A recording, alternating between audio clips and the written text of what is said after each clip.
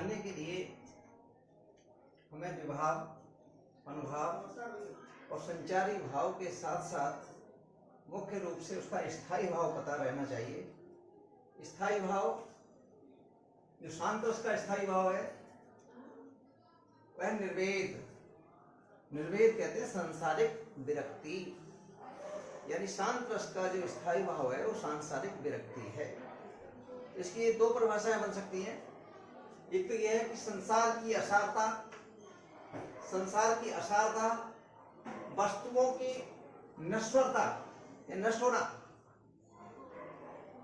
से चित्त में वैराग्य उत्पन्न होने पर निर्वेद नामक स्थायी भाव, चित्त में वैराग्य उत्पन्न होने पर,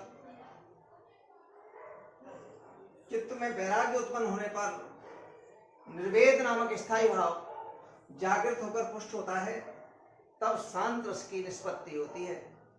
यह बहुत सरल परिभाषा है इसकी।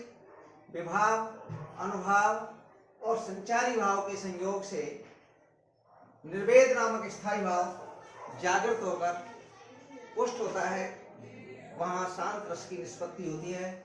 जैसे अवलो नशानी अवना नशे हो, राम कृपा भव दिशा सिरानी, जागे फिर नटसे हो, पायो नाम चारु चिंतामन, उर करते न खसे हो, परवश जान हसो इन इंद्रन, निजवश हुए न हसे हो।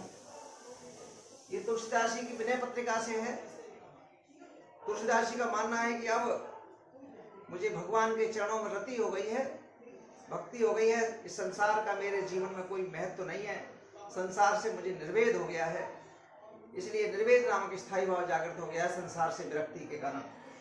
तो अब इसमें स्थायी भाव निर्वेद है, आलम्बन सहारा, विभाव है आलम्बन, ये भगवान की भक्ति है, और उद्दीपन जो तेज कर रहा है वो है संसार की असारता, संसार बेकार है उनके लिए।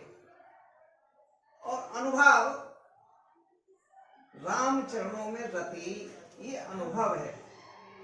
संचारी भाव, धृति, वितर्क, धैर्य धारण करना। अब धैर्य हो गया है कि अब मैं भगवान के चरणों के अतिरिक्त संसार का मैं कोई जीवन में महत्व नहीं रखूंगा।